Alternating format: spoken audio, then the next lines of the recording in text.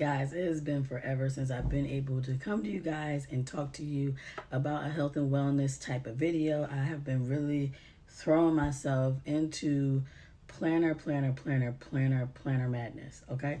But I am back here today again because, as you guys know, I'm a huge advocate for disabilities. Having a disability since I was 12 years old, it is just something that's really in my heart to do. As y'all know, my dream job is to work with disabilities, and I'm partially somewhat doing that now. So anyway, I thought what better way to jump back into this than doing a two-part series. I'm going to break it up into two videos, and in the first video, we're going to discuss hot flashes at the age of 32. And in the second video, we're going to discuss what happens when I don't take my lupus medication. So if you're interested in either one or two, hopefully they'll be grouped together and you'll be able to see them. And I hope that it can help somebody. So without further ado, let's jump into it.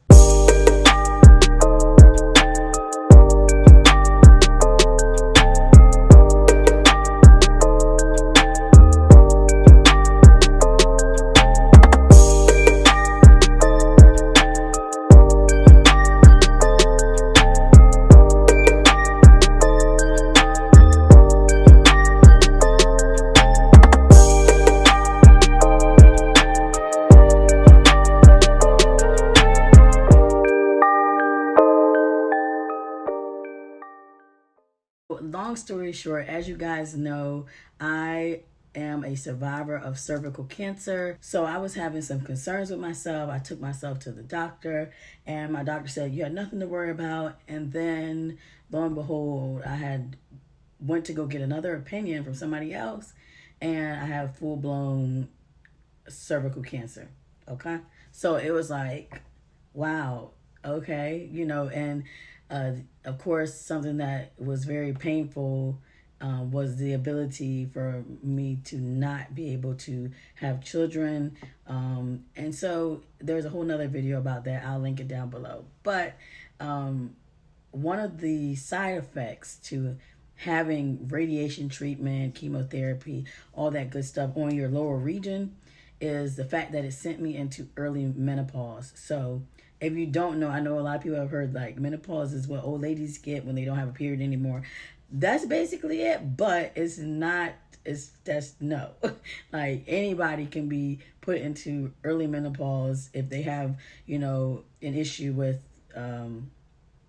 their reproductive system. So I ended up being thrown in an early menopause due to the fact that the radiation treatment is so harsh, and it's just a lot on your body. And so it caused me to no longer, have periods or anything like that. And so basically my hormones are shot. And the fact that I have a blood disorder at this point due to having the stroke, I'm not supposed to take anything with any additional added hormones or anything like that. So I'm not able to take any additional hormones, and it's just, it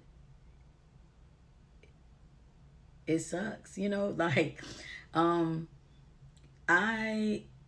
this is gonna sound real crazy, but like, I miss having a cycle. Like I missed that part, and, I mean, it's not even just a point of, okay, you can't have your own children or you can't carry your own child.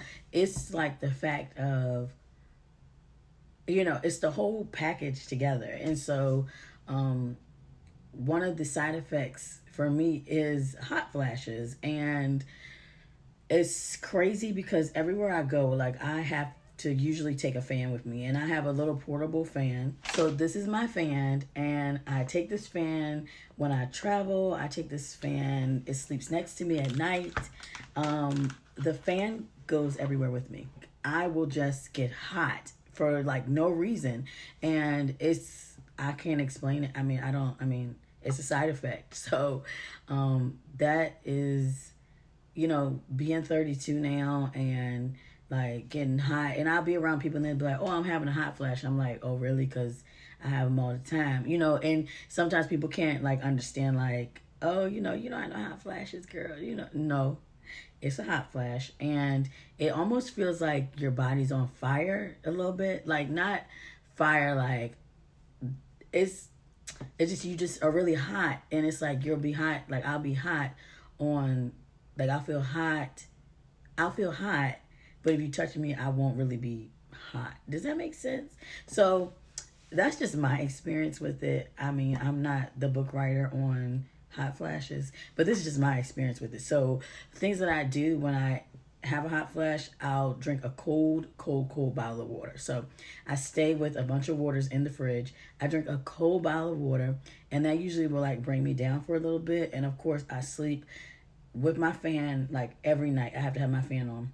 I'll wake up in the middle of the night and become hot, and instead of having to deal with that, if I just keep the fan running all night, it allows me to stay cool for the majority of the night and have a good sleep. And I know people that don't have hot flashes sleep with a fan on, you know, so it's just comforting, really, you know. So, but that works for me. That's really all I do. I drink ice cold water and I keep a fan. Like, that's it. So I hope that this video could help somebody. If you had experience with hot flash, whether you're young, whether you're old, comment below. Let me know your experience. Let me know what you do when you have a hot flash. Let me know. Thank you guys for watching, and I hope that you will catch part 2. Bye.